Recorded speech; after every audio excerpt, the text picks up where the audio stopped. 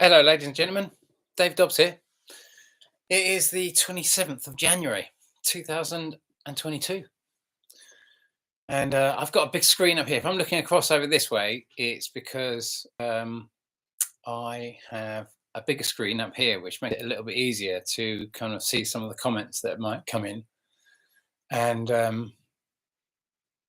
I just thought I'd make a bit of a live stream just in case anyone drops in. I haven't kind of announced it. It's pretty cold. I've only got a few minutes, really. I've only got about half an hour or so. And I thought I'd do a quick catch up. I saw around about the 15th, 16th. Hi there. Seeing a few people popping in here. But I saw around the 15th, 16th, the big Icelandic volcano, not the Icelandic volcano, the Tonga volcano went off. And in the video before, I made a big video kind of trying to look at the whole thing from this perspective of the nuclear dilemma when you're considering things like Fukushima and Chernobyl both going bang on the days of big volcanoes or earthquakes. And that's not really bringing that into the mix of what the reality of building nuclear power stations in the name of stopping the massive buildup of carbon dioxide. And the previous video, I did a big kind of effort to try and bring all of that together and my whole kind of Newtonian perspective so that when I gave you that prediction, you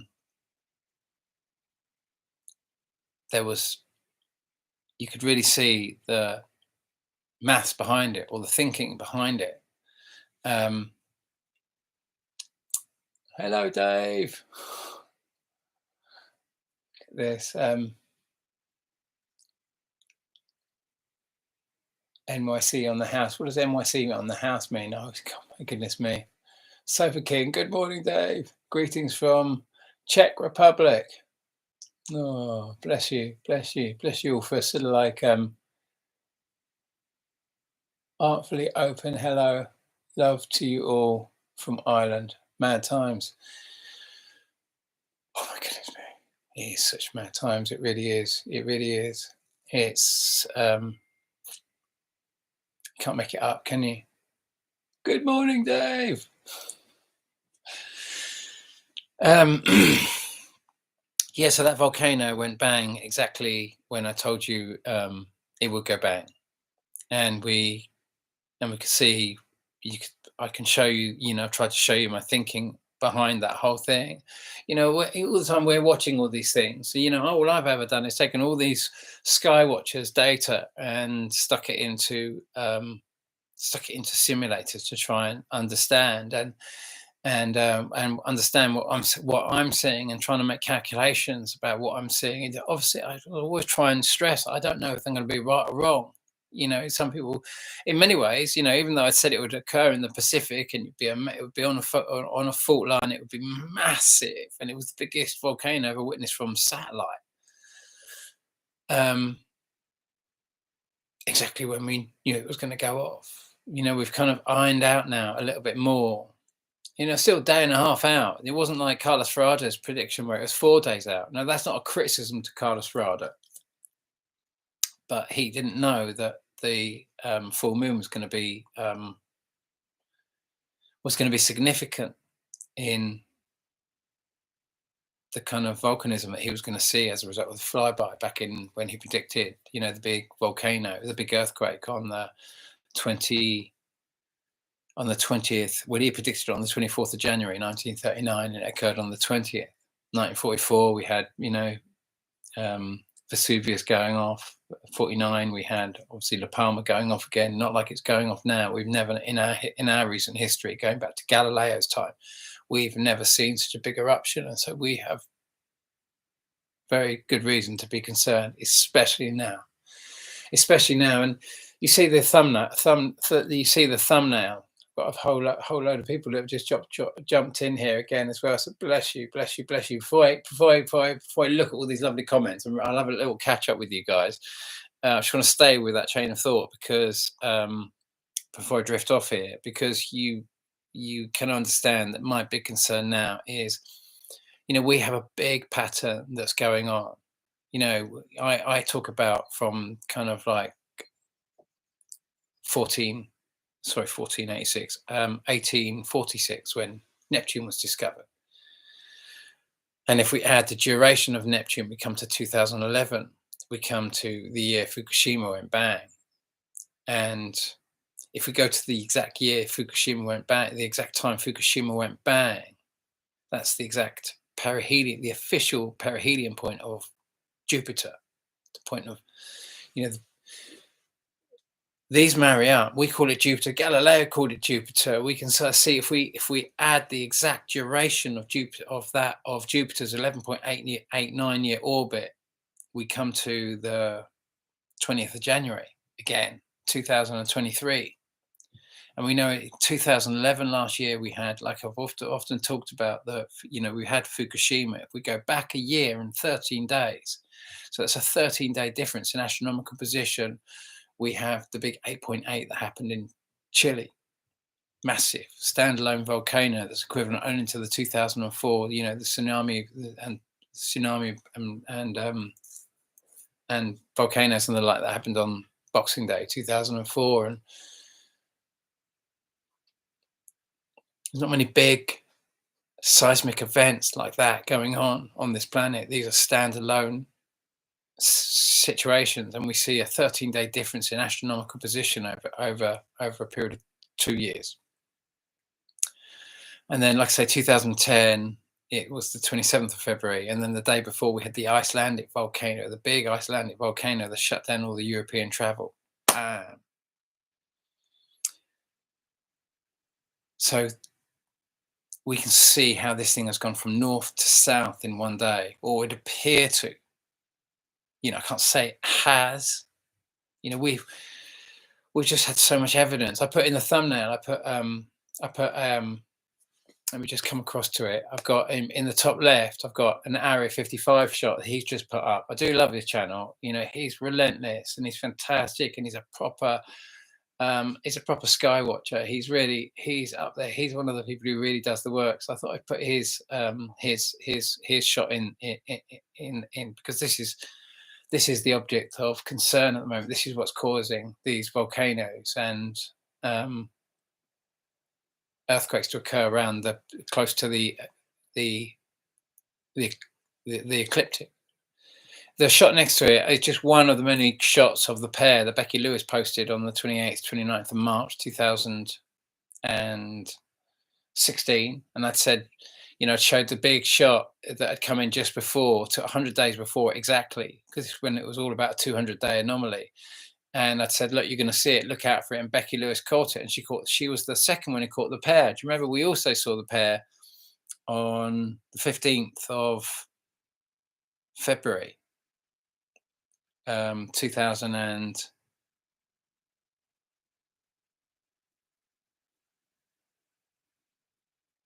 I'm just trying to think, it was 2012 or 2013. I think it was 2013, because I think the day after or the day before, but I think it was the day after,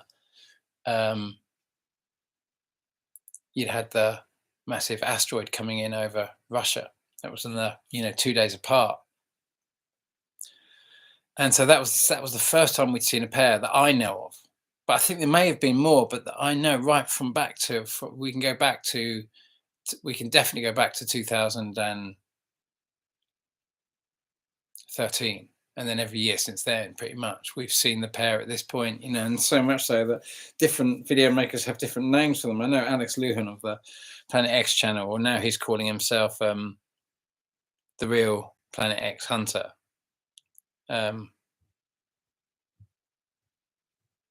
But Alex Luhan put them up.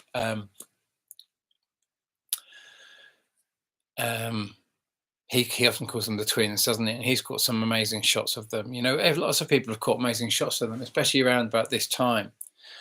And that bottom shot on the right was the shot that Mr. MBB 333 put up. And I talked about it in my last video. And what's interesting is I was of a mind it's one of the pair, one of these two, and one of them is this one here, and the other one is further ahead. But one's slightly further in front, and we're seeing one. I was of opinion that this one coming in towards the sun. Notice it's very close to the ecliptic. That's Venus. This is Earth. This is this strange shield-like thing, whatever you want to call it, that we haven't got any possible kind of explanation for. But it's like, is that a shield? Is that a lens anomaly? Is that a light anomaly? Is that, oh, whatever you think it is? There it is. We've debated it so many times. Is there a shield? We're of a mind that this object is coming in, as is this object in this pair formation, and we know there's another object coming out at the moment, and it's heading down into our southern aspect. Very confusing data. That is really, really confusing data. It's, but they, supposedly our official story is it's Comet Leonard. Are we calling it Comet Leonard? I think we are at the moment. And so a lot of people might think that's the same one, and yet there it is in the daylight sky. And here, you just wouldn't see this because it would be so close to the sun; it would be hidden from this perspective. And the bottom left is a telegraph shot of the video they posted about Tonga volcano, and that's the picture of the eruption. Most of you have probably seen the eruptions from space, but those were those images. I just thought, because that can be the nature of, I guess, a little bit of the nature of this discussion is I know more about the pair now probably than the object that is going out at the moment. What I'm assuming is going out, the one that I've charted this one also equally long, for an equal amount of time longer. The kind of flybys that are happening in June, July. I've only been able to start getting a window on those since 2020, and it was only last year that I built the beginning of last year that I built the latest model. Probably February, March last year that I built the latest model. So the kind of that kind of February, that June, July, August period is very new to me. It's very new to all of us. We're all kind of like learning to piece this together, and I really, really try to stress that that I'm not correct or incorrect. I'm not trying to be correct or incorrect. I'm just trying to take all this data that we get collectively and try and number crunch it in a way that we can kind of make some sense of it. But I put my neck on the line every time I make a prediction. Every time I make a prediction, it tears me to bits. It puts enormous stress on my friendships, on my relationships, on my whole being. It and when you make mistakes, you feel absolutely terrible. Not that I make that many mistakes really about this, because I've been doing it for so long. When I put my neck on the line, I'm normally kind of giving you some data with that, and I'm trying to throw it together and trying to make sense of it. And I am a little bit confused by the Leonard shot, or whatever you want to call it, the stereo Secchi B shot that's in the thumbnail that Mr. MBB 333 posted recently. I'm a little bit confused by that data. I'd expect it to be coming in from the north and heading south still, unless, of course, it's crossed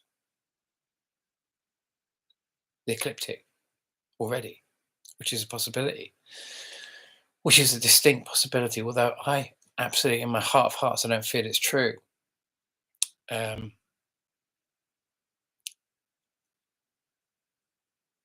don't think it has crossed the ecliptic fully yet. But if it has, it means that this flyby is going to be the closest to the ecliptic, and then the 2011 flyby that will come in 2023 in March, around about March the 11th, 2023. So it's not going to be all on one day, because these things are now coming in on the ecliptic and coming around with us. So everything is long duration volcanoes now. Everything is kind of like the biggest sort of the biggest stuff. So let's have a little look at these. Let's have a little catch up with some of the people that have joined in since I last looked at their comments. So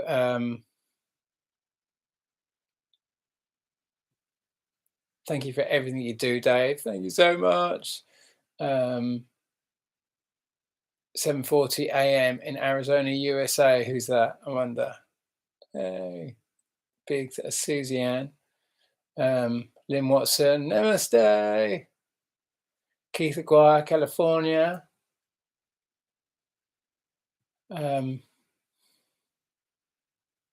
Ken Lee, good rising. Dave Dobbs, always lovely to see you.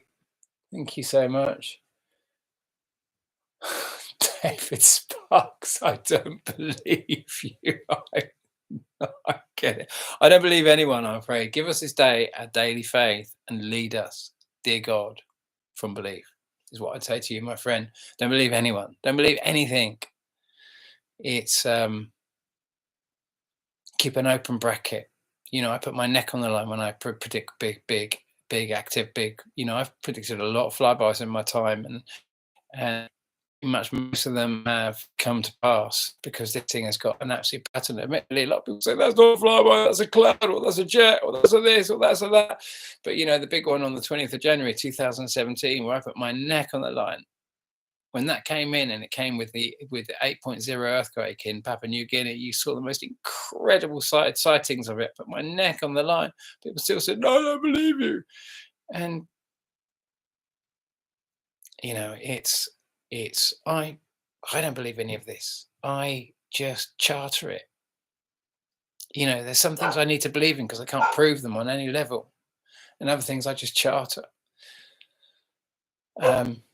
And that's what I feel I do here, just chartering this. I don't believe you. Okay, so leave. Yeah, for bigger. Thank you for that, Path Medic. Yeah, if a bigger, closer volcano, we could have some serious tsunami effects. We got some big stuff coming in. You can't get around this aspect of the flyby. We know more about than anything else. You remember that, you know, you think about, you know, someone made a video about the big volcano in the north of Colombia just a few days ago. I can't remember what it's called, but someone talked about the big eruption. And when I saw it, I thought, oh my goodness, I wonder what time that volcano went bang. And I thought, because it listed said this volcano in kind of to the west of Bogota, and it was a big one that went bang in 1985. And I didn't know anything about it, but apparently in 1985 it went bang. Not a massive eruption, but an enormous amount of heat, obviously, as the magma chamber obviously filled up. But it didn't go completely bang, but it was enough to melt all the snow on top of the mountain, all in one fell swoop. And it brought all the mud down, and it came down in the night, and it drowned 21,000 people, covered most of the city in mud flood. And I thought, oh, I wonder when that happened. I thought, well, it wouldn't have come around the sun at that stage. It would have come in close to the sun. And we know the overall position of this is September, October. So I just thought, I wonder if it happened in September. When did it happen? September. I was going to see what the dog's barking at. We say you little rascal.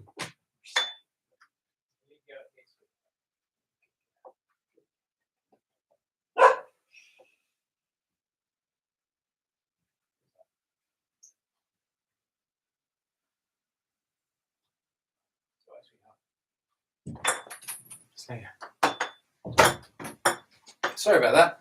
Dashing out the room now. I could hear the dog barking. Anyway. So yeah, so it happened in September, and like I say, this big volcano in the same volcano is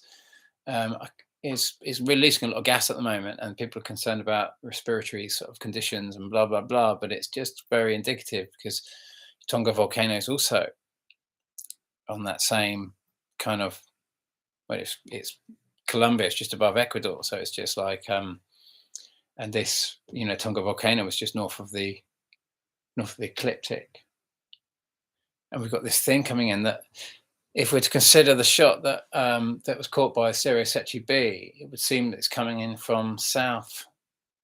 I mean, we've got two flybys. We've got the one going out, but it should be way in the south where we're seeing that flyby at the moment, which could imply that this object is actually going back round the opposite way. Could imply that it's one of the twins. It could mean that there is this third object. It could just be a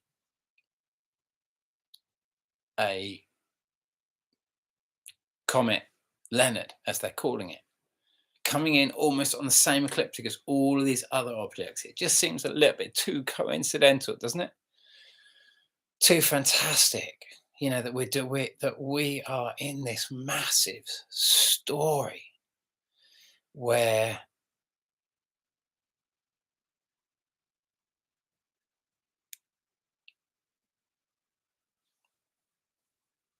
we're all entrenched in this deception, because we're all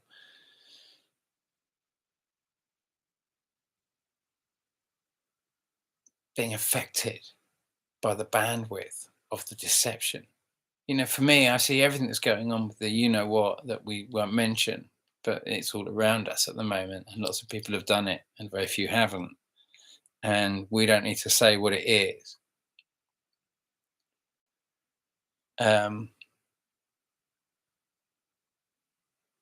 Are we seeing the mechanism that's enforced a state of government, as in mind control on humanity, by attaching antennas effectively to our DNA, so we can receive and transmit signals that can put ideas into our minds, launch notions which we lump as I think you're a or whatever, and maybe you don't. Maybe that's not your thought at all, but maybe in a moment something could enter a narrative into your mind that you can't differentiate between you and you. And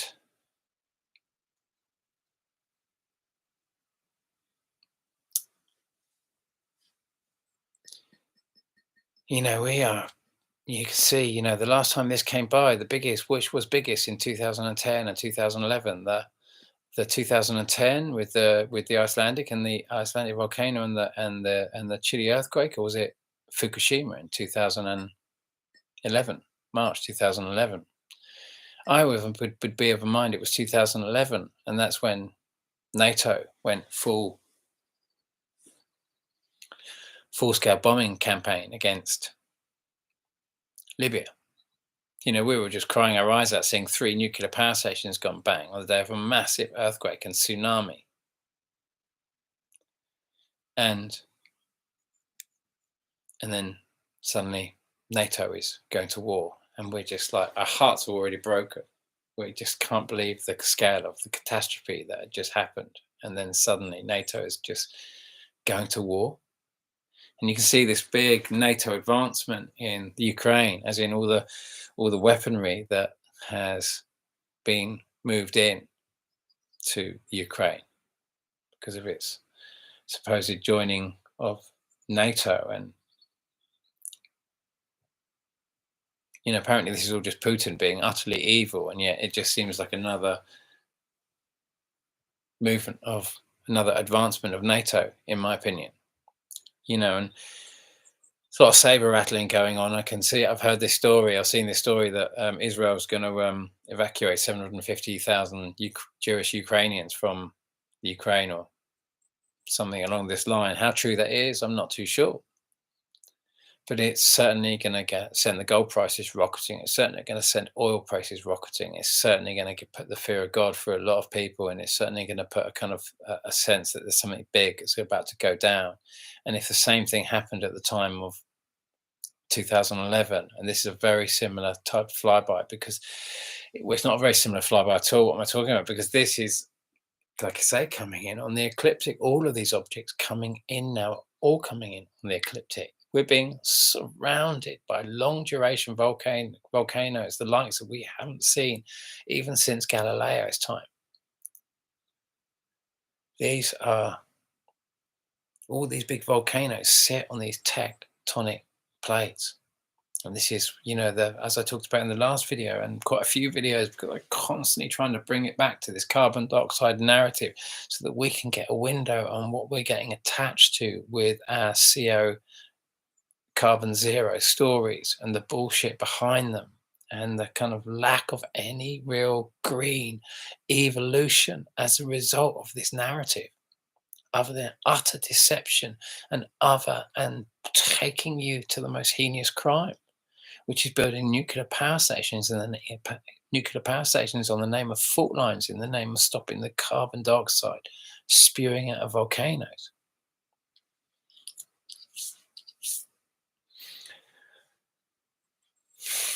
Tricky, isn't it?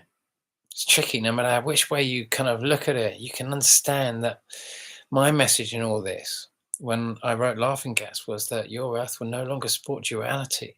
And the reason he explained that was that, to me, and my whole kind of journey through this was, what do we do? What's the fix for this?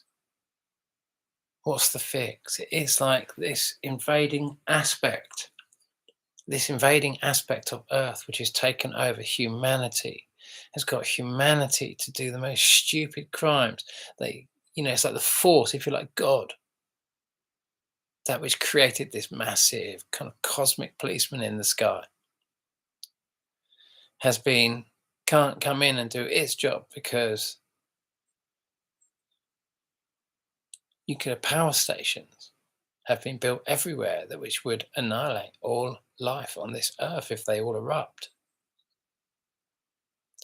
So it's kind of forcing the hand a little bit, a lot, of the natural flow. The natural order of these things is to remove that which is of war off this planet. As I often talk about, Sir Francis Drake, master and commander of the fleet, when the Spanish Armada is on its way in with all the troops waiting in what is now Belgium to be ferried across by these ships. And all these ships have got on them at the time is lots of food, lots of supplies, and all the Catholic monks. There's no real troops. The troops are waiting to be ferried in Belgium. And instead of, the master and commander of the fleet at the orders of Elizabeth I are not going hell for leather against trying to break up the battle formation and stopping those ferries getting to the ferry port effectively and ferrying said armies onto the British mainland. He's playing bowls. The greatest invasion, even by today's measures. And the master and commander of the fleet is like playing bowls, saying nothing to worry about. And sure enough, a massive storm blows up out of nowhere and annihilates the whole lot. Gone with the wind, literally.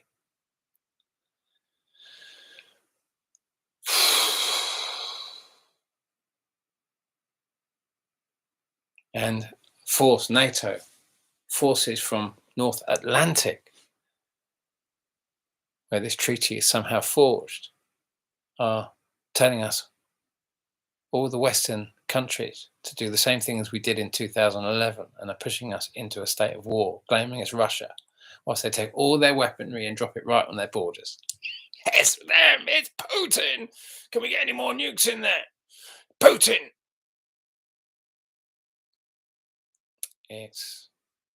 I got a funny feeling the Russians aren't going to bite the bait.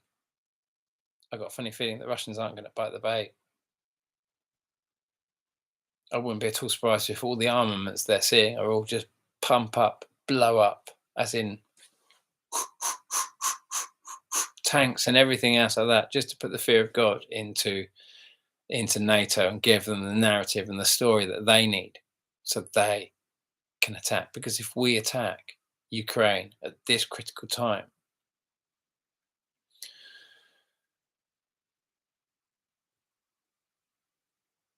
a lot of people see this. There's a lot of Christians in the Planet X thing, Planet X, whatever you want to call it.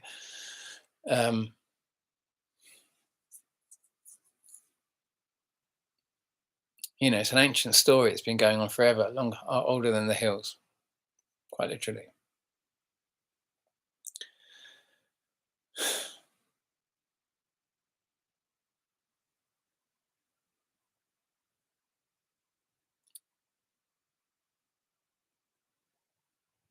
A lot of people turn to God.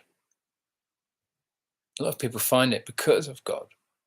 They turn up and they pray and that sort of stuff, and this is the answer they get. That was how I found my narrative with my heart center. Whether you want to call it God, my Godhead, my source, whatever you want to call it.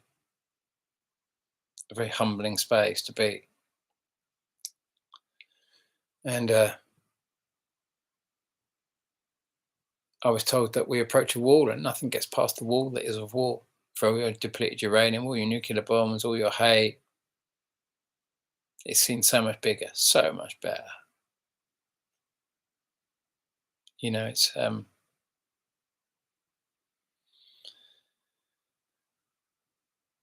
was also told that we don't worry about your earth. I've already deployed my best. Unprecedented peace will now be waged upon your earth.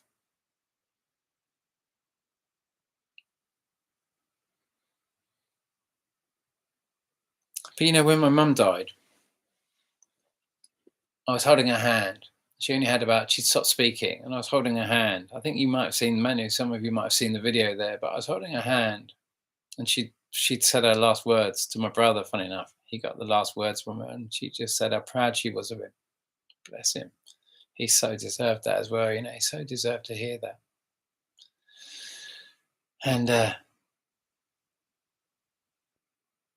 And as she lied there, I had her hand in my hand, and it was a real painful point. Although not as painful as the time when she was still conscious, and that kind of those days where you're kind of doing all the running around and that sort of stuff, and you can't sleep because they just need moving and helping constantly, so you just don't get any sleep. And when you try and lie down and go to sleep, it's just agony and painful because that's the emotion. It's such a blessing, those experiences, because then you get the chance to really feel the pain and the suffering of losing your mother and going through that process, but also you don't want to see them go through that pain. And so you kind of want them to go in that moment, just to let them go and move from this painful place, because it's catch 22, stuck between a rock and a hard place. And the only thing you know in your heart is to want them to go onto the next part of this grand journey. And so I so wanted her to go in that thing. So it was such a blessing. And when she was in that place where she wasn't speaking, I held her hand and I was just lying there next to her. And I fell asleep, and appeared before me in my dream. This girl appeared before me, and she said, she looked at me, very sweet little thing. She said, I thought she was going to say something nice. And she said, I don't like you. I was like, and then I kind of reached down, like, I don't know. I found some money in my pocket, and I was just like, I gave her the money. I was just like, just a gesture of kindness, just to, I don't know, cheer her up. And I just gave her the money, and she looked at me, she put her head to her side, and she went, like, thank you. And then she looked down. I looked down, and there was a suitcase, a briefcase, and she gave me the briefcase. And I was like, what's this? And I opened it up, and it's full of gold. And I was like, oh my God, what's there with this gold? And so I tried to put the gold into my rucksack. I couldn't get it in. It was too big to get it into my rucksack. And so I just thought, I'll just carry it. And as I walked, what dreams are like, pretty random. I walked out and I wanted to go to the band. The band was playing. It's like a big festival. I was so excited. I got the briefcase in my hand. I've got my rucksack on the back, and the band's playing. And I'm like, wow! It just felt absolutely fantastic. Everyone was everywhere, happy, gorgeous vibes. The whole thing just seemed fantastic. I got the gold, and I got the briefcase. And I think I'm going to go to the top of the hill, and I'm going to watch the band from there. And so I go to the top of the hill, I make my way to the top, and the band's playing. And as I get to the top of the hill, there's an almighty great crack, and what seems like security guards, and then more like army, and then security, and just chaos.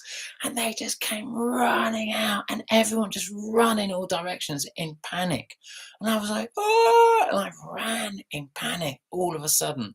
And I ran down the hill. And when I got down the hill, I suddenly realized I didn't have the gold. And I turned around and I started running back up the hill to get my suitcase, briefcase full of gold. And as I was running up the hill, I could feel myself waking up. Like that, don't wake up, get the gold, get the gold. And then I opened my eyes and I just knew it was my mum saying,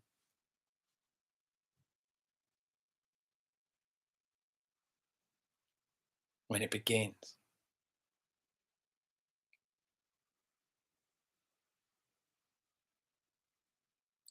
stay on the hill, stay up the hill with the goal. Stay in a high place. And I've been really struggling with communication, really struggling with my friends, really struggling with everything I'm doing at the moment, because I just realized that it was everything I did to try and kind of bring awareness that we don't need to leave Europe is just on deaf ears. Just what a fucking idiot. What a waste of time. What a waste of time. It's just, it was a joke, wasn't it? And there was like when the message I was given was, I was showing the Titanic and it had Great Britain written on it. It says, and then I said, what was that? And it said, Britain comes to a juncture. It stays in Europe and weathers a storm, or it cuts its anchor and heads west. And if it heads west, its fate is sealed.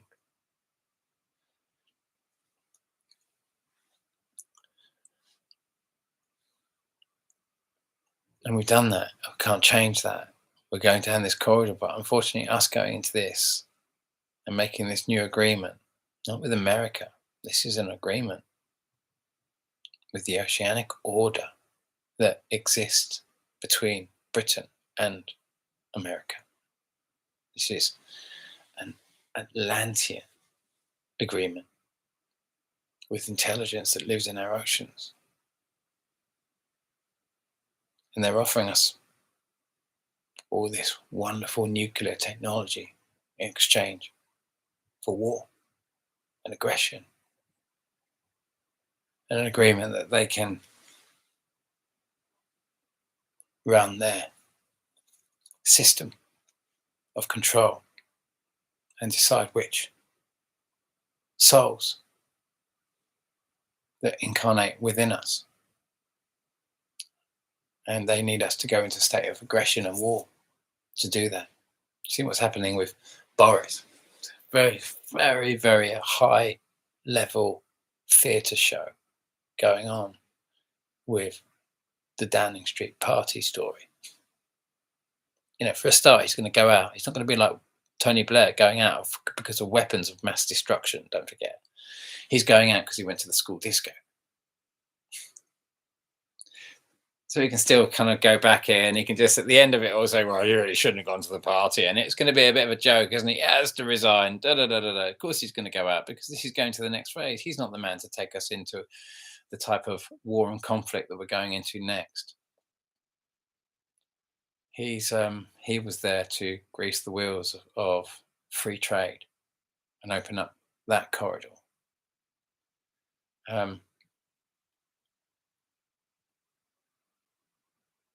He's not going to want to be here for this next bit. He's going to be wanting to go to his bunker like everyone else. But the whole story here, the way in which it's being delivered, is all about the fact that he knew it was all bullshit. He knew it was a plan,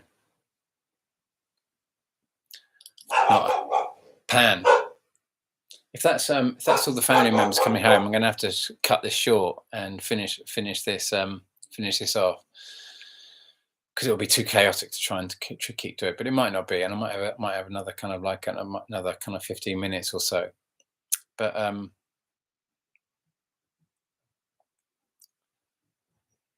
can you see how this is being done?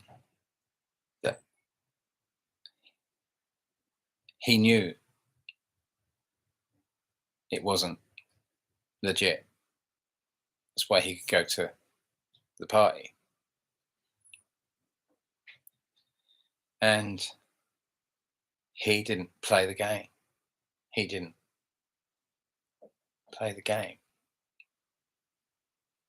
suggesting that all those that are watching this who played the game, that did pretend.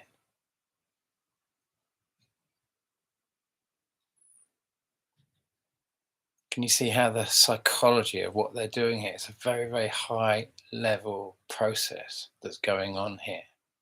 What it is activating. Do you remember when I talked about how Chinese medicine and Western medicine are very similar, really, in that, we have raging liver fire, where we take the energy up and we kind of like, in Chinese medicine, they call it raging liver fire. We say spitting blood. When we take it into our spleen, take our energy from the liver, the anger that could be directed into something powerful, and we take it into the spleen, but it becomes seething anger and all that kind of, and then it comes out in everything, and we just turn into total arseholes, angry at everyone. All issues get confused, and we go down that blamey kind of angry route. And then once we're in that space, yeah, you just like should have done it. I didn't forget. We all did it, and he just went out partying. They're all just, I'll never vote again. Oh, no, I will see him coming. And we kind of go into that, and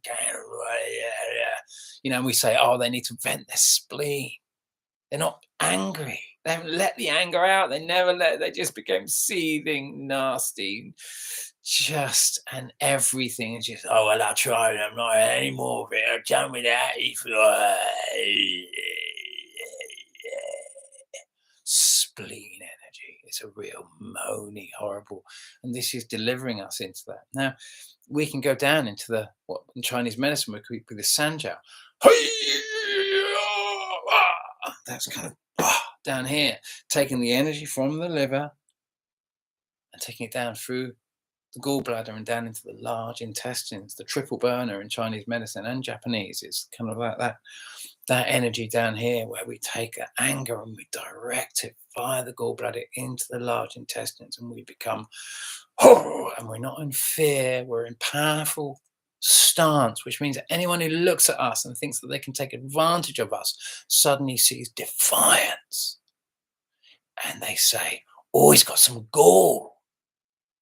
He's got some gall. Why do we say, oh, he's got a bit of gall?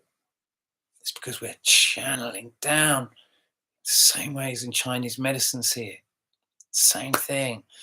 Going through the gallbladder and coming into a place of power. And what this attempted with these stories is to take you into stop you directing down into that space and go into your spleen, go into that narrative. And this is where a lot of the entities can take advantage of our vulnerabilities when we go into blame. Spleen is the place, is the home of blame, is where blame lives.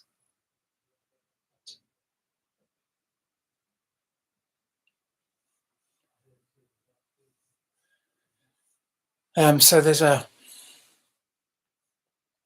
all this going on at the moment inside of me, and seeing how we're being manipulated into these stories. And you got to see, these are high level. These are very, very, very high level stories that are going on to manipulate you before all this is going down, to create these whole situations where you go into your like,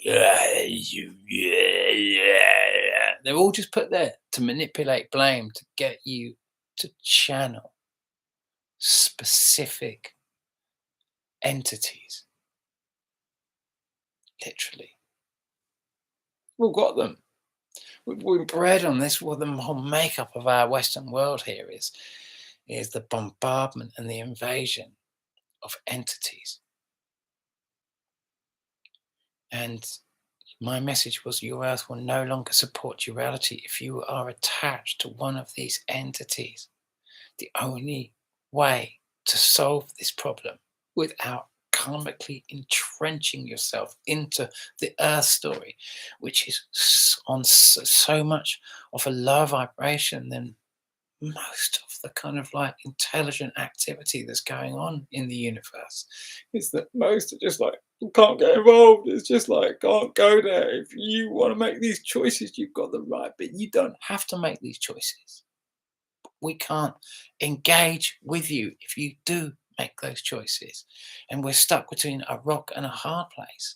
And so the only option is to let each human decide which soul they wish to tally with. It has to come down to a human choice. That's what White Cloud used to say. You will decide how easy or hard this time will be.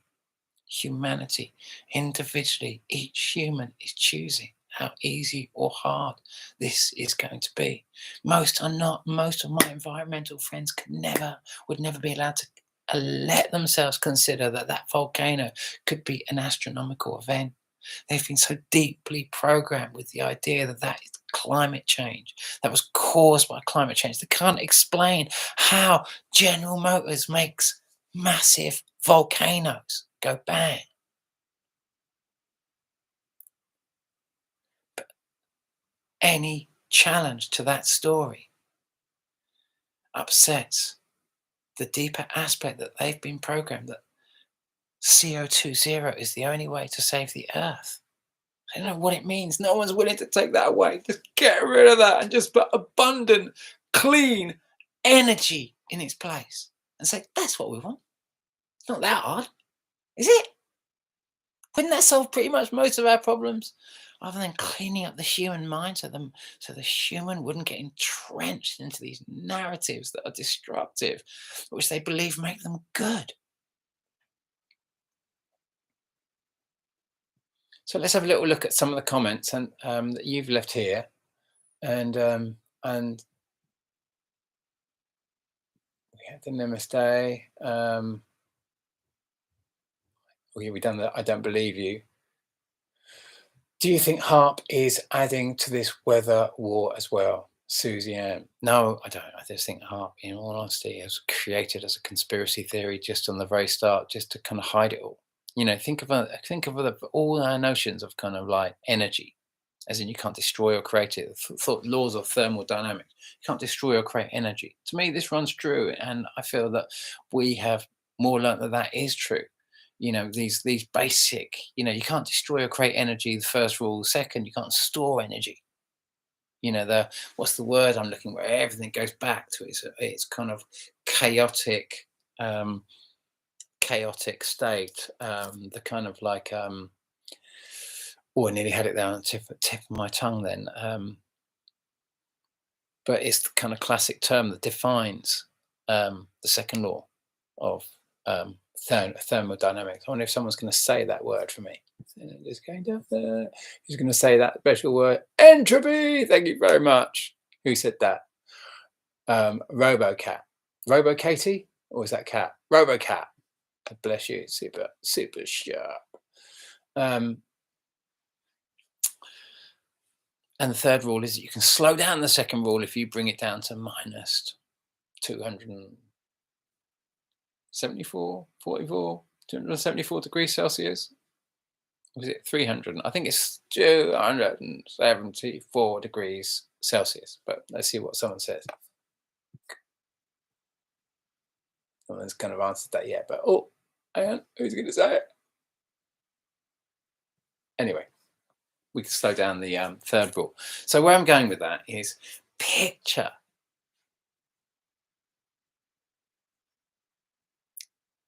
a guy sitting at a desk with a button that says big fuck off earthquake. And he presses this button. And this button takes the power it takes to make an earthquake of that size from wherever the power source is and directs it to that place.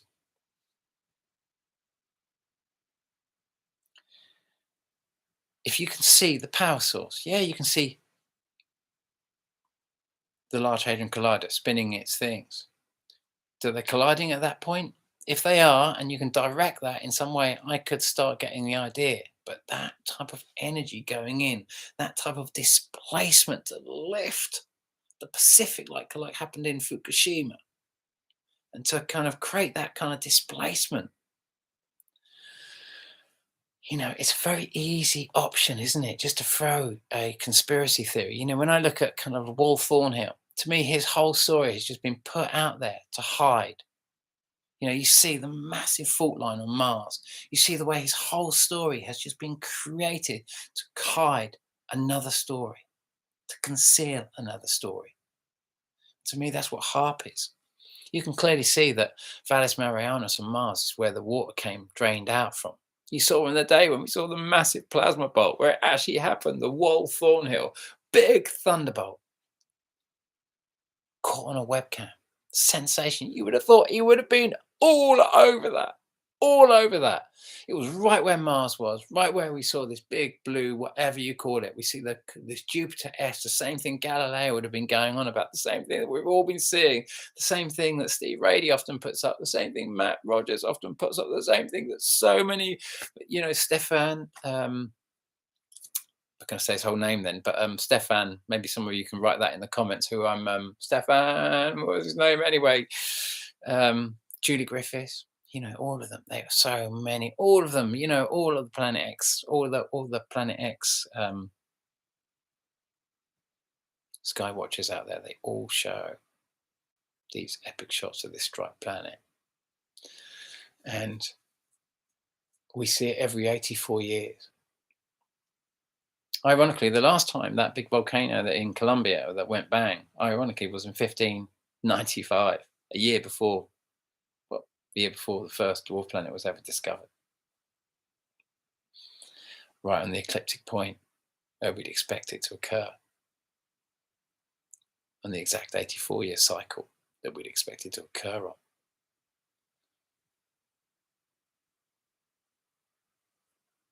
And about the time La Palma was last going bang. Also on the same ecliptic level as that volcano. And next time when we, Isaac Newton's time, round about sort of like 1681. Next time when round about William Herschel's such time. And we're just seeing these mega patterns, aren't we? Anyway, so I think it's a conspiracy theory. And unless I see evidence of it, I can see these planets, I can see the flybys, I can see the planetary influence. I can't imagine a device that could be so big that could create that. And if there was a device so big that could create an earthquake that big, then abundant clean energy would already be here massively. And humanity, I'm already of a mind that we are in one massive deception. And we're about to wake up from that. And we're all coming to that point now where we're going to come through that. And that it's all becoming, we're all seeing the bigger picture now, all of us. We've all gone from science fiction into science fiction. Everything that we thought could be the idea of a science fiction movie is, apart from anti-gravity and that sort of stuff. And we are just understanding the concepts of it so massively that it's very, very difficult to keep us away from that anymore. And certainly kind of all these stories about kind of like Tartaria and these ideas that we could have been much more advanced back in pre 1600s, then we're really being let to know we could be more or less at the point we are today, except we were tapped in potentially to abundant clean energy. We were kind of drawing it from the skies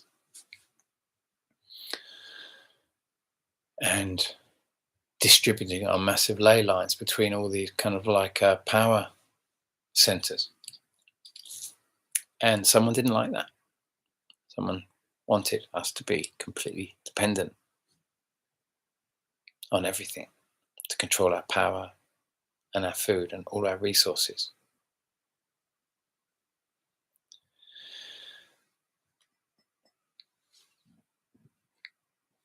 Anyway, we've got a big flyby coming in. biggest one that I thought this was going to be a big one. This could potentially be really quite a big seismic event. We're talking about Vesuvius. We're talking about this Colombia earthquake. We're talking about La Palma again. We're talking about Icelandic volcano. It's got all the indications of that type of where it's pitching itself at the moment.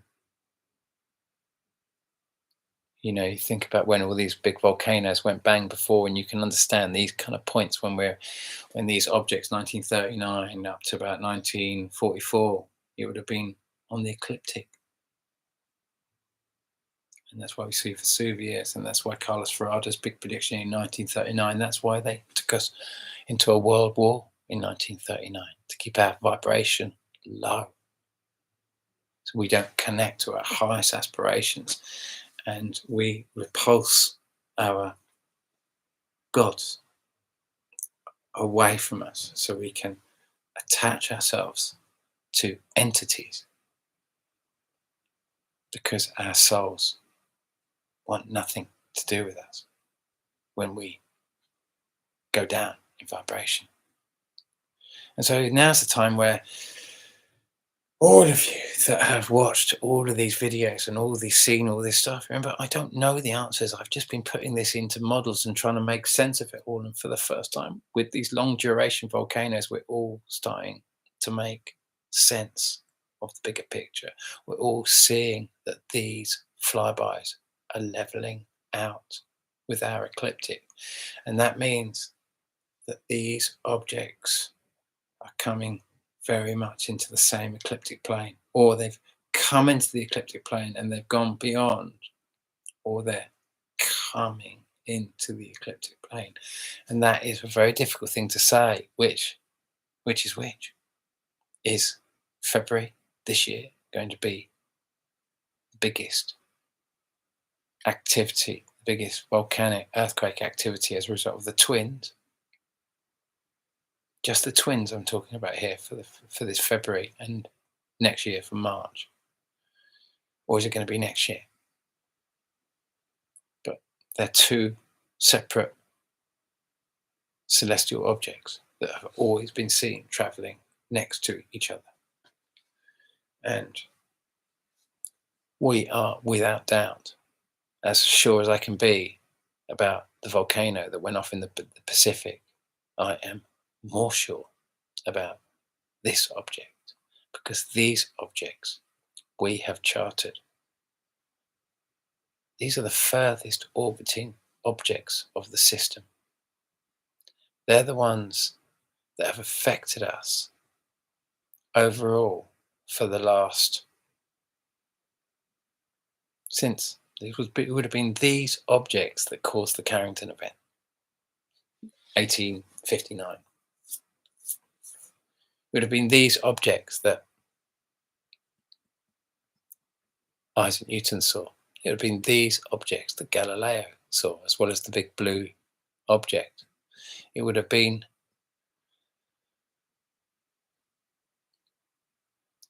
a 1986 Halley's Comet. It was this object, these objects.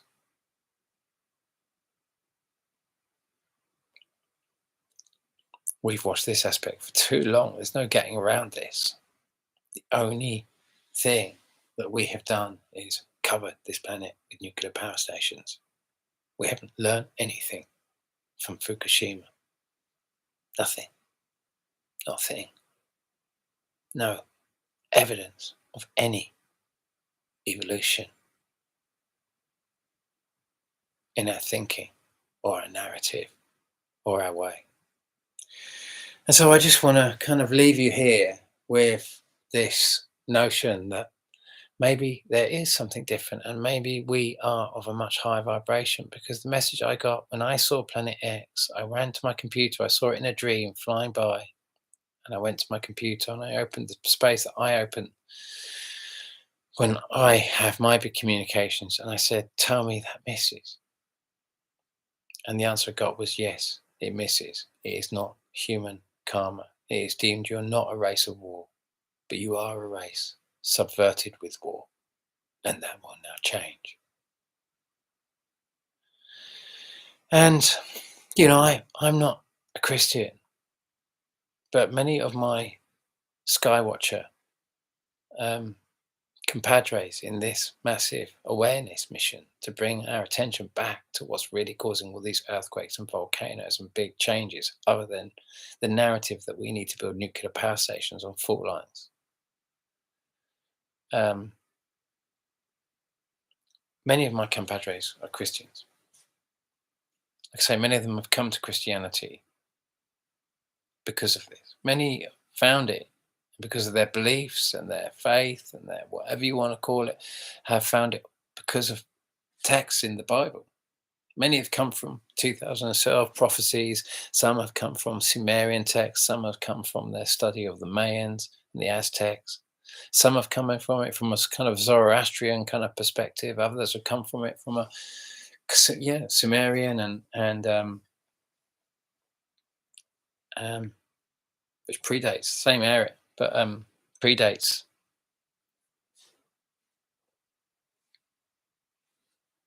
Muhammad.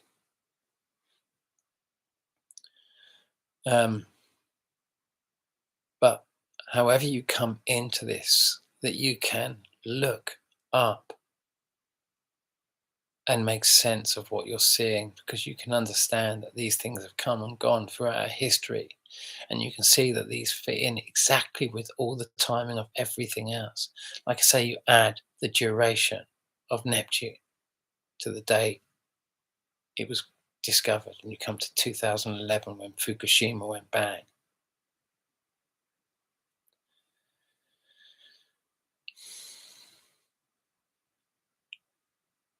And then you go up and down the timeline from that within in the rotation, equal rotation of Jupiter, and you come to all the big days when all the dams collapse, all the volcanoes happen, all the nuclear power stations go bang, all the whole thing is. And we have clearly made this effort to drive humanity, or something has made NATO, whatever it is, has pushed humanity down the agenda of making sure it builds nuclear power stations at these strategic points.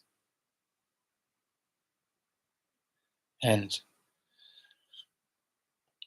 there's nothing you or I can do to change that. And that makes the right wing hate the left wing, because they have been brought up on blame. That's all they know. So they go into their woke blame and they blame the left wing, even though they've just been had their minds kiddie fiddled.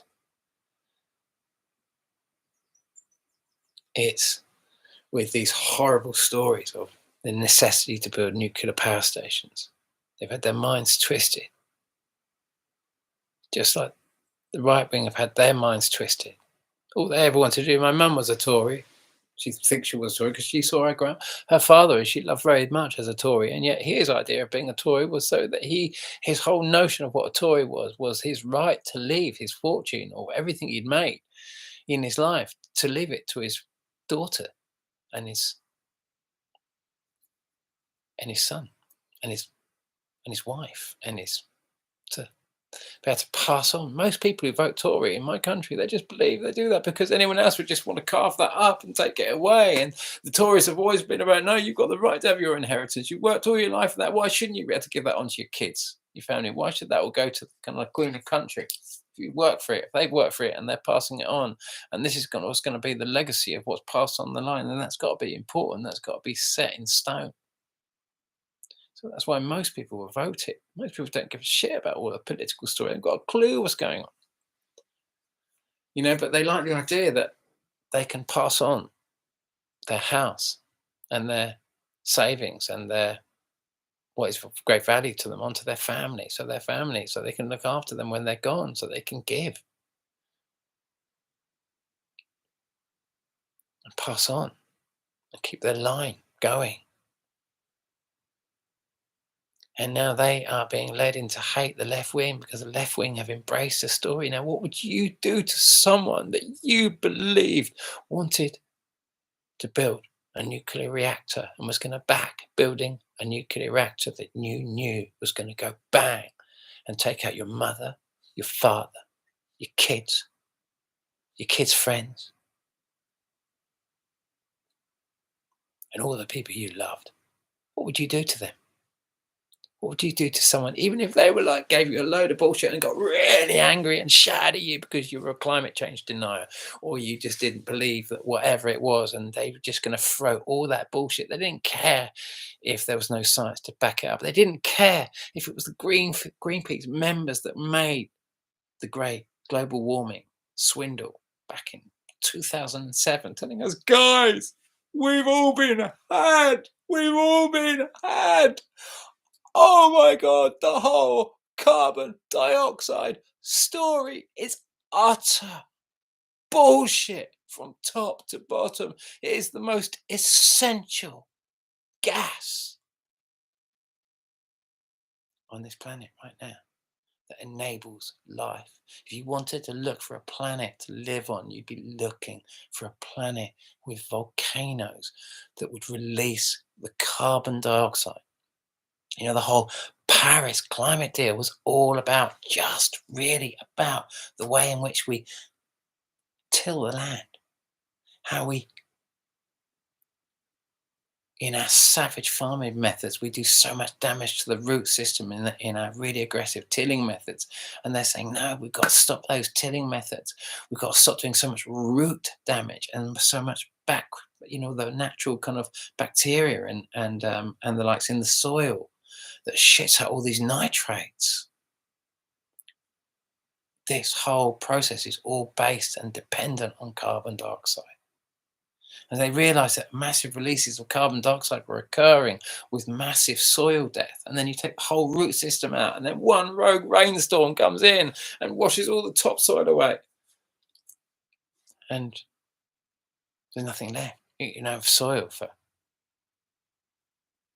whole lands can turn into deserts as a result of this.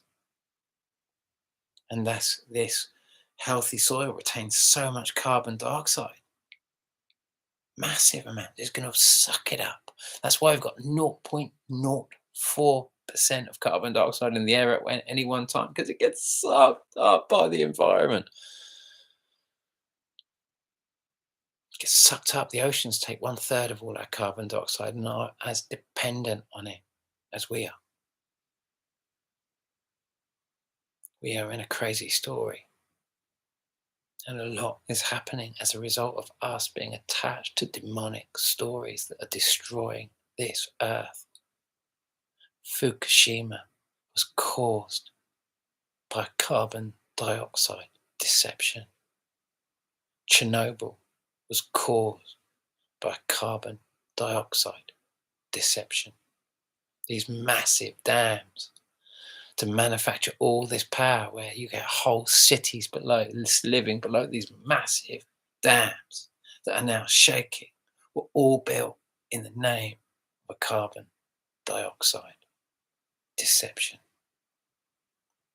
And what happens to anyone that attaches to a story that is built on intention to harm? What happens when you get attached to a story that leads to someone else losing their life? What's going to happen? Karmically, what is going to happen? What's it going to do to you as a person? What's your soul? Your soul is out there, kind of sees everything that's going on a higher level. It's had a million lives before, and it's seeing this whole process, and suddenly the human it's incarnating with has got itself attached to a dark story, and it can't break free. And it's dragging everything it tries to do to break out. It's just dragging it more and more and more, and it gets more entrenched, and it all comes down through the spleen in this, and it just, and it rips through the human being. What would you do to your human being if it got attached to that story and you knew the story it was attached to, and yet you were powerless to change yourself? So you're like a heroin addict, injecting needles, destroying, but it can't break out of the story. Can't break out of the story. It has it. It's pulling it down. There's nothing it can do. It's not powerful enough to break out of that story, to break out of that line.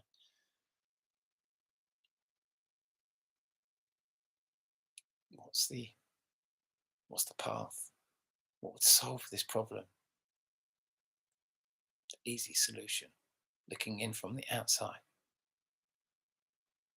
If you could just step into your soul and look at it from the outside, and you looked at all the other souls, and you're thinking, what's the option? I stay. He's really going for this kind of carbon dioxide story and this kind of nuclear power story and that sort of stuff, and I really don't want to get, because it's a bit of a messy story, and it's killed all the people I love so far, and they're dropping like flies. It's how do you foresee that superhero comes in, maybe flies in, and Superman, Spider-Man, Wonder Woman.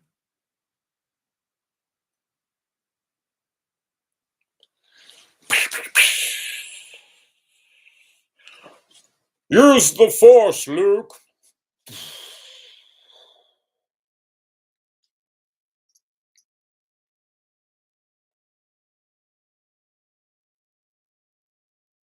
Not leaving a lot of options, are we?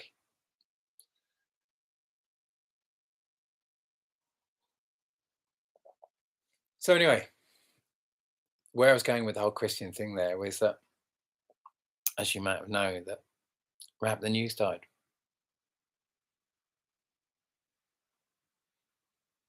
He was a full-on Christian messenger, wasn't he? I'm going to play one of his videos. So we got time at the end. I'm going to leave you with this. I'm going to turn the screen down. I'm going to face it from the thing, and you'll and I'm going to play you his message. I might just have chance to play it. It's a really strong message. He recorded it last year in March, and I was just recently looking for some of the shots, because we've seen some recent shots of very similar shots to the shots he put up in 2018 of what was clearly asteroids rolling in the daylight sky, loads of them. He's taken the video down now. Well, it's been taken down now. The videos only go back to about 2019, 2020 now. So there's only a couple of years videos, which is a shame, which is a terrible shame. But nonetheless, I've shown those shots a lot of times, and I've talked about it, and I've talked about him a lot. I loved, his family called him Rap, and I just want to big blessings to Rap the News there, and I got Chinese. I was given that by a friend of mine who's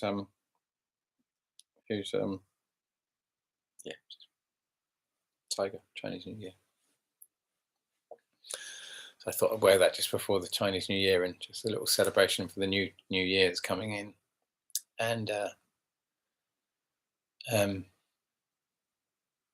but Rap, wonderful, he's such, oh my God, he was just so angry sometimes, but also very lovely as well. He's just passionate. It's just like my message really was so similar to him, because it was just like, and the video that I want to show is one of his kind of videos where he's already going on about it, but what he's really talking about is this thing isn't come to just punish humanity because it hates humanity. It just wants to remove that which subverts this planet and give humanity and all life on this planet an opportunity to fulfill its dreams. All of you are here to fulfill your dreams one way or the other in this very, very difficult process of battling through this process of coming to a place where you can move beyond your beliefs and come into a place of doing and being. We got too much evidence of this thing now. It's just utter denial. Many people are attached now because of the stories they've clung to, and they're too deeply entrenched in the process now. And many have made choices which you can't back out of that easy, and maybe you just wouldn't want to because of the choices you've already made. Maybe you just wouldn't want to back out of those and just allow the process to be as it is now. All of us are going to choose. Many of us are going to try and change this one way and the other and try and evolve this situation. But this will be what it will be. This will be what it will be. And My process here is just kind of seeing the choices that we all make in this process. Um,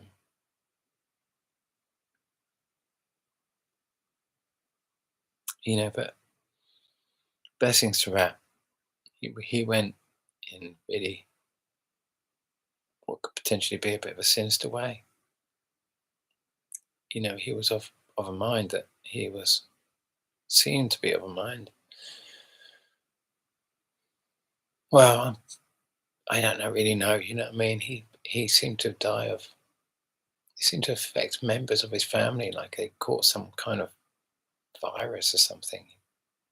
He died in hospital by the sounds of it, but it's been a bit unclear. I've tried to watch all the video of his family before and that sort of stuff, and I've got to be honest with you, it's still a little bit unclear of how he went, but it seems like it was some kind of fluey, some kind of thing, some kind of smart bug. It sounded, he went, got it, was very sick, very quickly, along with what sounded like other members of his family. And it just went from bad to worse in no time.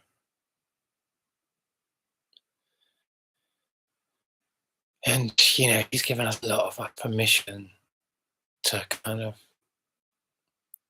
you get angry with your own friends and you're with your own community when you can see these volcanoes going off and you can predict them to the day. And yet all your friends are left-wing activists that are completely attached to this environmental story. And it just turns you inside out because you can see what it does to them and what it turns them into and what they become when they're attached to a story as dark as this, with such dark intentions, where such savagery is going on as a result of the choices that are being made.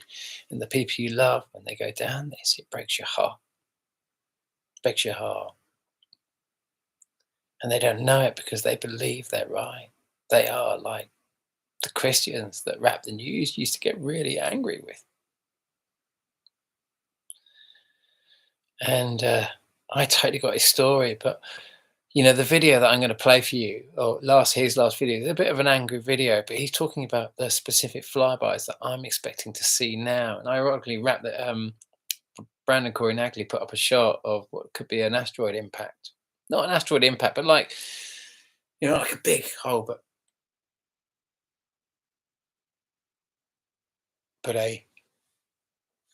like a scorch mark on the planet, and a fiery ring, like something had come down, and witnesses have said they've seen what looked like a shooting star or something. You'd have to watch the video, but we are, we're in the midst of, I'm talking about all this flyby that is, of the twins that's coming in at the end of February, and it's just going to start getting more and more intense, and should start more in the much closer to the ecliptic plane as we're seeing, because of all the indications are that all these things are coming on the ecliptic now. I'm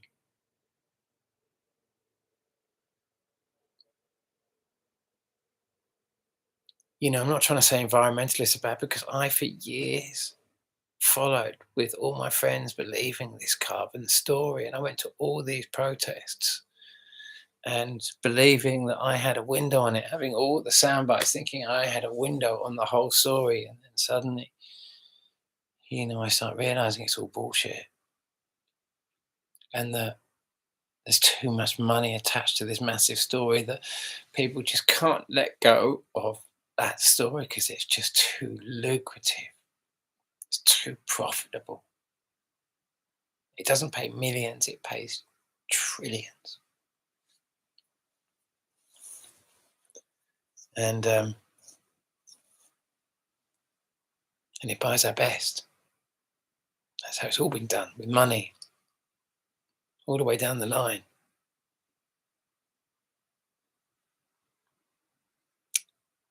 And finding the activists that are most willing to take a stand and filling their heads with these notions that the only way of saving the earth is with this green wonder energy called nuclear fission.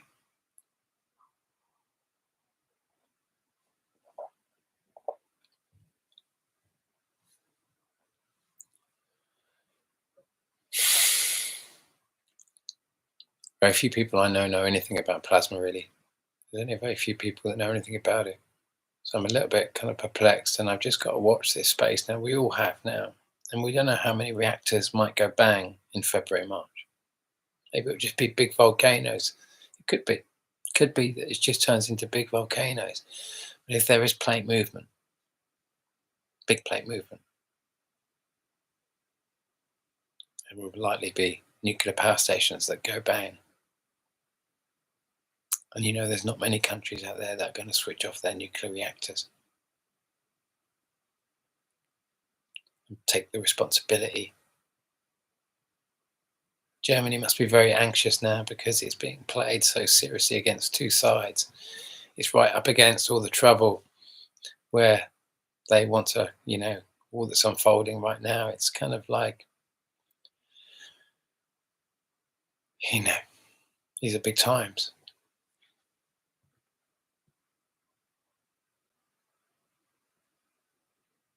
So let me just have a nice little look at some of these comments here with you guys and just say thank you so much for, if you stay with me this far, staying with me. And I'm sorry, my messages are just, I feel like I say the same thing over and over again. In many ways I do, but this message is just so important that I just try to come to it from lots of different angles and realize this is probably the most important work that I'll ever do on this planet.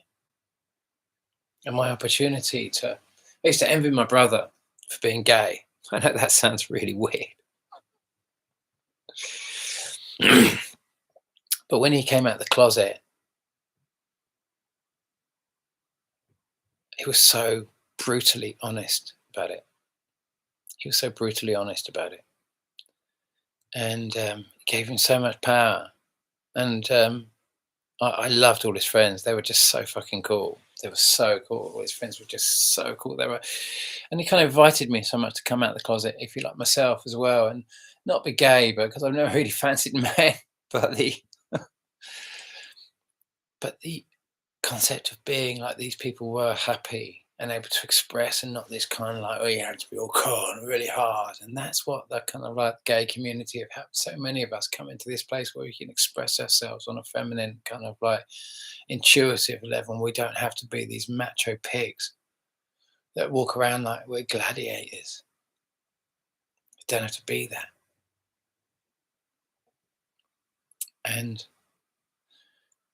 you know, I really feel this has been my opportunity to take a stand and to talk a truth that's difficult and step out of my comfort zone and represent something. And there's so many skywatchers out there that have given me permission to express and think, and given me some calculations and that sort of stuff. I often talk about Relentless Maverick because, like so many, he's just like such a wide thinking. But I can always remember him sending me those kind of like those John, Mike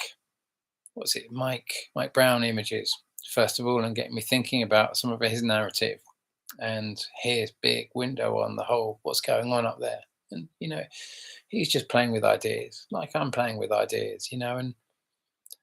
And many of us carry this kind of like, you gotta kind of say, because it's just like the world needs us to wake up now. And he's like that. He carries this big gauntlet for the world, as does his lovely partner, equals butterfly. I think he calls her butterfly. I hope I'm not saying that. Buttercup, butterfly. Oh my goodness me! I think he calls her butterfly now, but I go, no, it's buttercup or butterfly. But she's so cool. You know, he's got a lot of support there with you know, the big support for each other, and you know, for all the people out there that have joined me in this journey, you know, that speaking their truth, and all the big video makers out there that have been strong.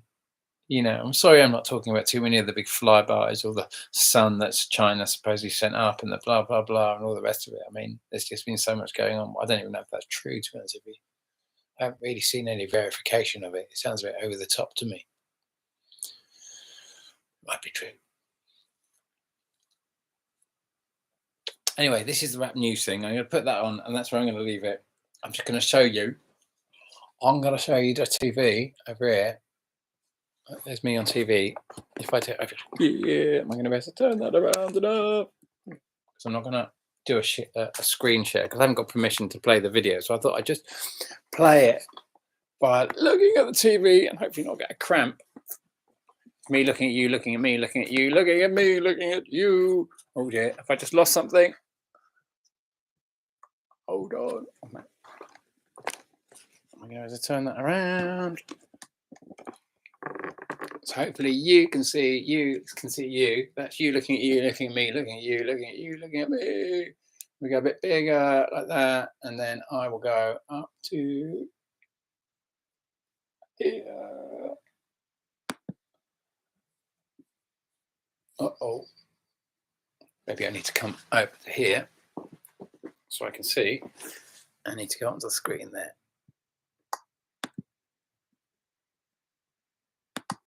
This is Rapper News, and I just got through watching Gina Marie Calvin tell people that Planet Hell right here is a spaceship.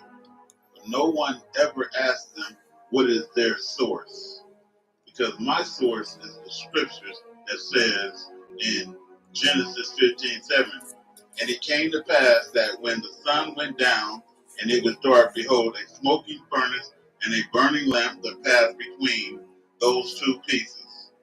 So there go your smoking furnace and your burning lamp right at the horizon and where it gets dark between those two pieces. So if people is coming to you with information and they telling you, oh, that's a spaceship, and you can zoom in close and see that's burning and lava is pouring off of it. And you can look at that and you can see the heat signatures and the glowing coming off of this thing because it's a burning damn lamp. And all you picking up is the lava pits because that's all God wants you to see right now.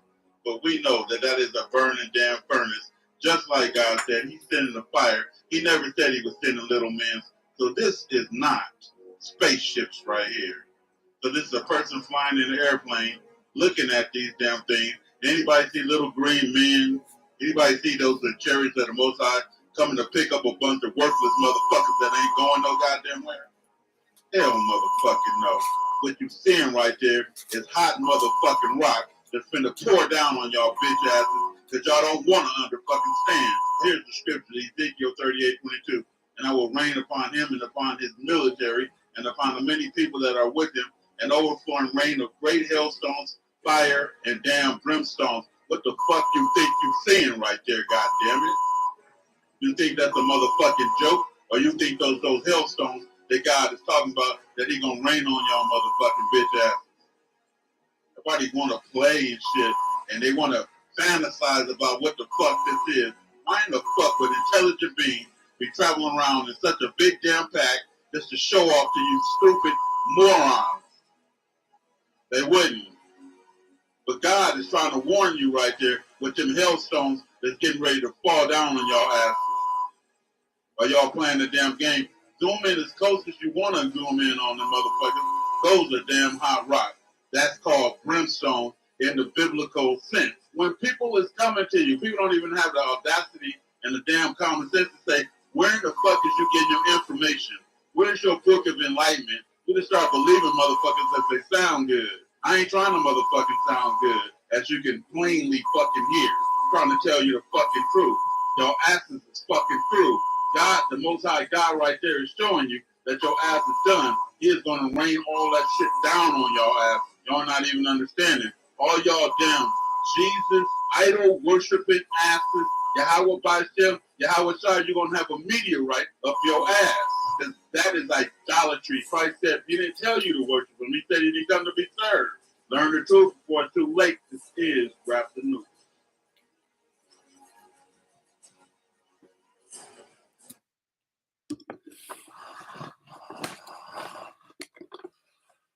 Whew. Let me just come back out of there so I can hope that wasn't too intense. Bless you, Rap, and your whole family. And I get your message, man. I totally get your message all the way through this, man. I hear your anger. I feel it. I feel it, mate.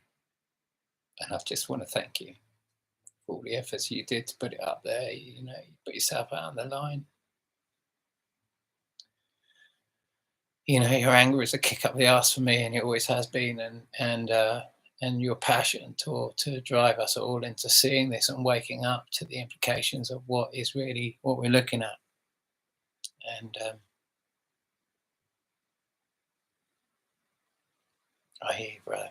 I really do. And oh, your family out there, mate. It sounds like you've got a lot of support out there and a lot of love, people that really loved you, and it sounds like your family really loved you, and they hold you in the most high, mate. And I know that wherever you are now, you're looking at this whole process, and you've just done your best. You know, it's a painful thing to look at, to watch massive volcanoes going bang, and most everyone you know just completely attached to the idea that stupid carbon dioxide is the evil foe, and if we can just get rid of the gas down to carbon zero, big Bill Gates' big carbon zero dream that he's got Fauci on and all the rest of it.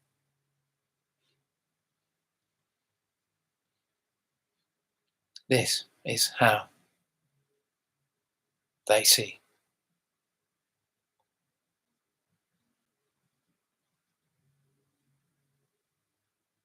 us. This is their solution for dealing with us and our nuclear obsessions. They blame us for those nukes. They blame us because they've been brought up on blame. We've all been brought up on blame. And we've got to have some gall. We've got to come out of their little stories, and we've got to have some gall. So last little look at our little comments here, and let's go from the bottom. We walk up, and we work up to.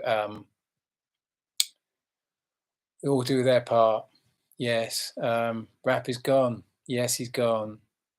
One mate here knows it's bollocks to my brother.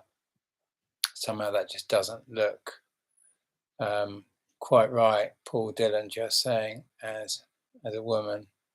I know it's quite, if you're talking about the what do you call it, rap getting, he just was so passionate about it, and he got so upset that that the world just couldn't see, you know, when you see the type of patterns going on and the type of things that are happening. It's so sorry if that was a bit offensive, and but it's very real. It's really real, and it turned him upside down and inside out to see that this was going on, and that he couldn't change it. I think all of us are the same, really. We all feel that frustration. Every time I watch rap, I'm like feeling the same thing, and I don't try to come to it from a Christian perspective, but I do come to it from my own special perspective.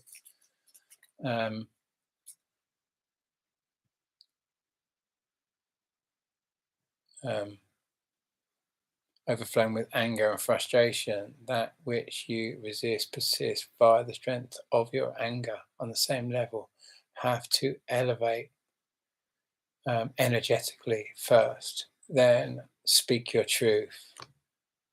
But I get it. Yeah, I get it as well. I really do. Rooster, someone, RD Rooster, someone should tell this man that the Bible is a storybook. This has been going on from the start of time, and this is not going. This is God doing this. Then he's not my God. It kills people. Rap the News fulfilled his job on this planet and now has peace. Thank you, Rap. More DNA than this. I love his purity. It reminds me of the chapter Jesus beat the hell out of the money changers. Something I wanted to do. Something I wanted to do a time or two. Yeah, I feel the same as well. I really do. Excuse me reading so badly. I'm really struggling to read. Let me just open that up a little bit.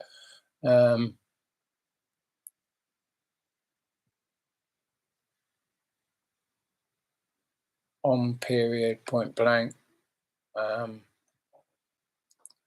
Anyway, look, my dear, Rap the News. Rap is gone, yeah. Rest in peace, Rap. Judge not. No internet needed. Oh, interpretation needed, I guess that's saying. Great, I love it. Rap the News sounds like fear. It was very real for him, you know. The whole thing wasn't. He utterly saw it because he was more a skywatcher, Rap, much more of a skywatcher than a video maker, than a Christian. He had the scriptures and he had all that, but he was seeing it up in the sky. He was seeing it all going on, and it was all the evidence he needed. He could see all the evidence, and the more evidence he saw, he could believe because of the scriptures and because he could see the state of play of what was going on.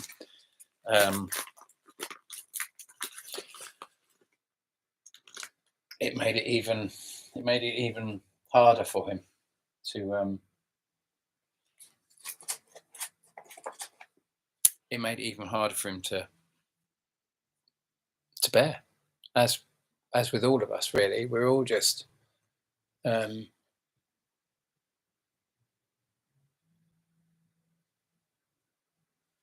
all struggling with this, aren't we? We're all struggling with this. So I've been really struggling with communication for the last little while for lots of different people and lots of different things, and I've been wading through, and I haven't been my best just lately, and I've been not losing hope, but I've been really struggling to keep it together and to keep my enthusiasm and my belief in humanity through this time, if I'm absolutely honest with you. And so I've been having to work really hard.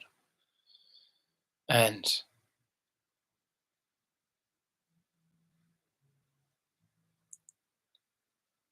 I don't know what the answer to any of that is. Other than just keep going one day at a time. We can just do our best, can't we? But what happens if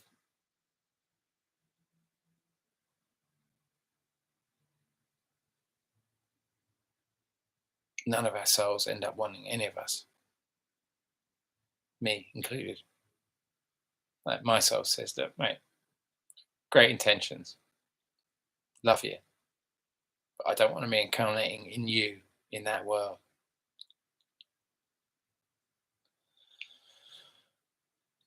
But I fucking love you and your tops.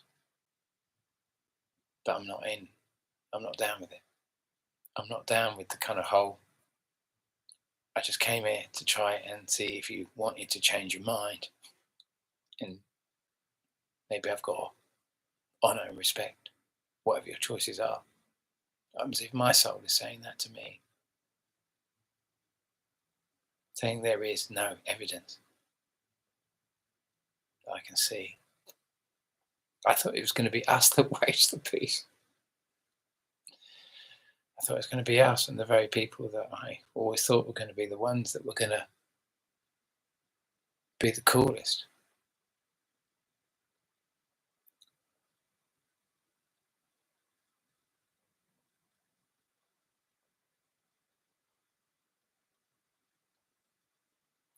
Don't know what to say. How'd you change that? What happens when we all get attached to the same horrible story, call it different names, put different stories over it, but so it all hangs in the balance now, guys. It hangs in the balance inside of me, and it hangs in the balance I know inside of you, and you all watch there wondering what's going to happen and thinking, are these going to be some of my last weeks, maybe months on this planet?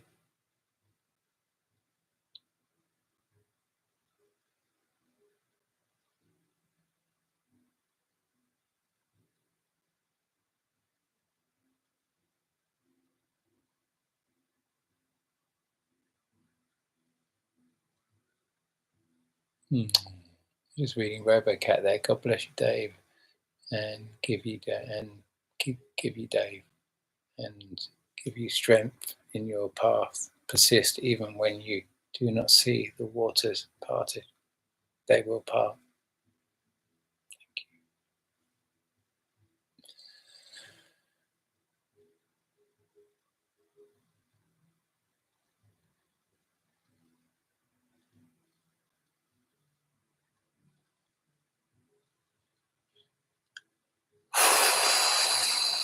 We are right in it, aren't we?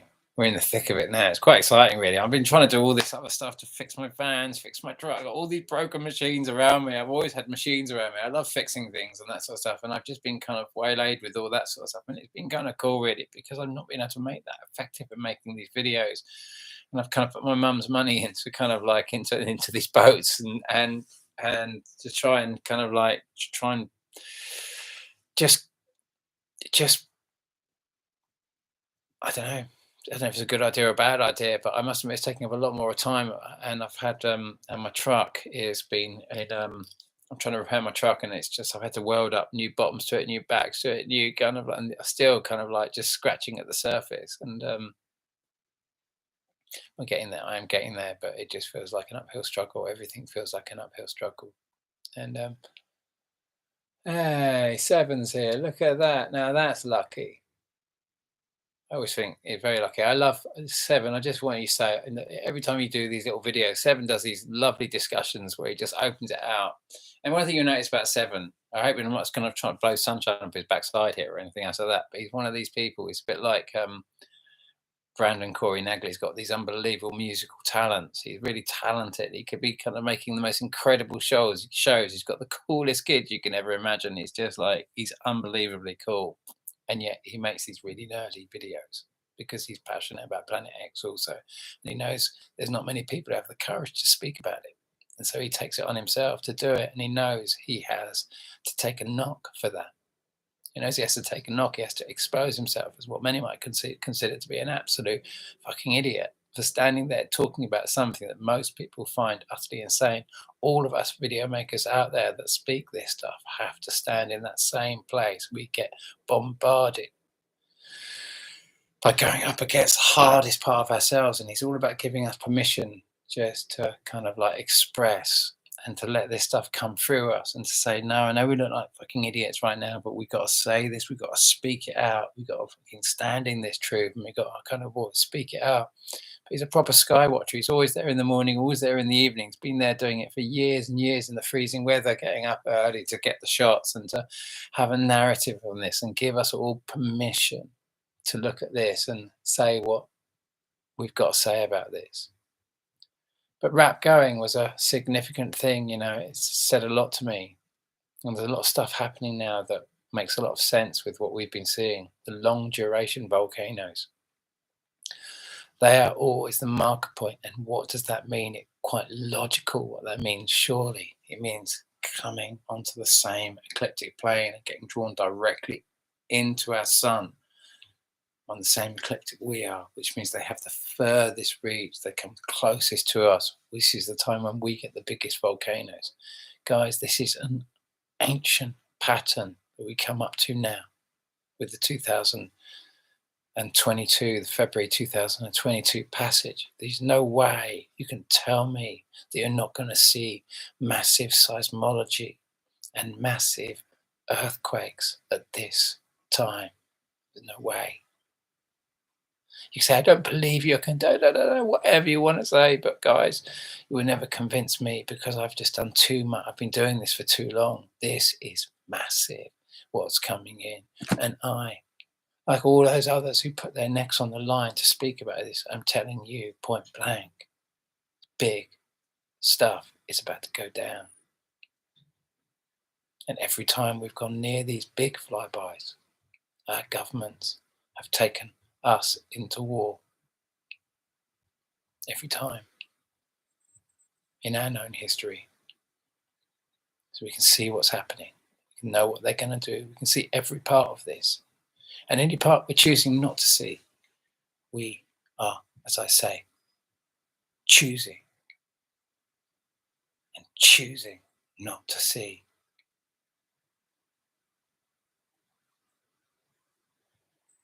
It's not a valid excuse. Not at such a critical time like this.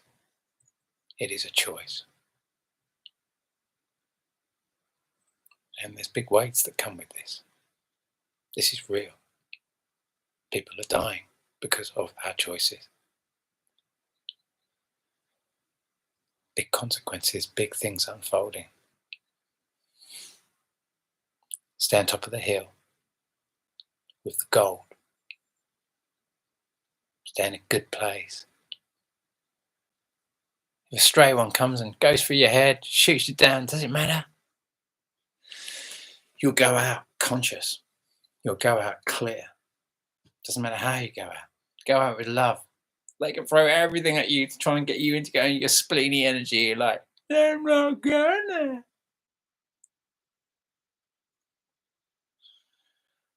Stay on the hill with the treasure. Big golden ring of light around you.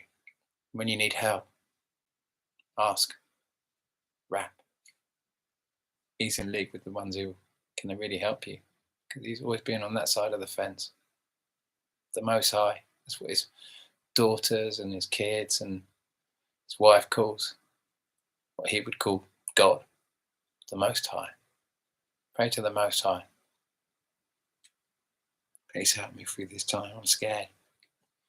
Please help me. I'm scared.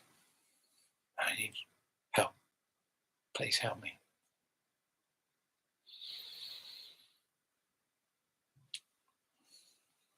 Bring it in. Stand. Have some gold.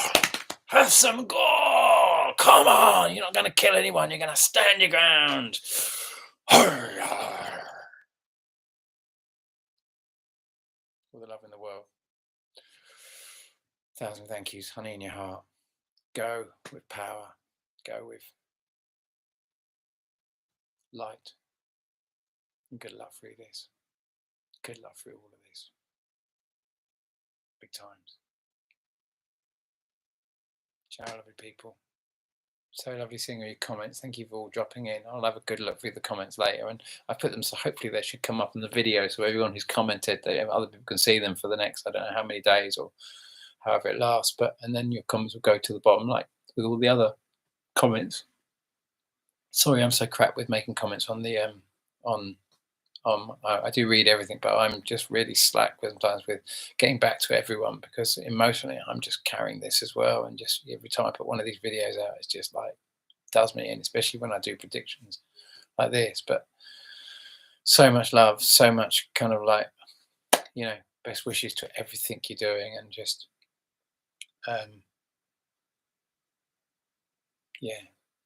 big golden rings align. But remember your protection.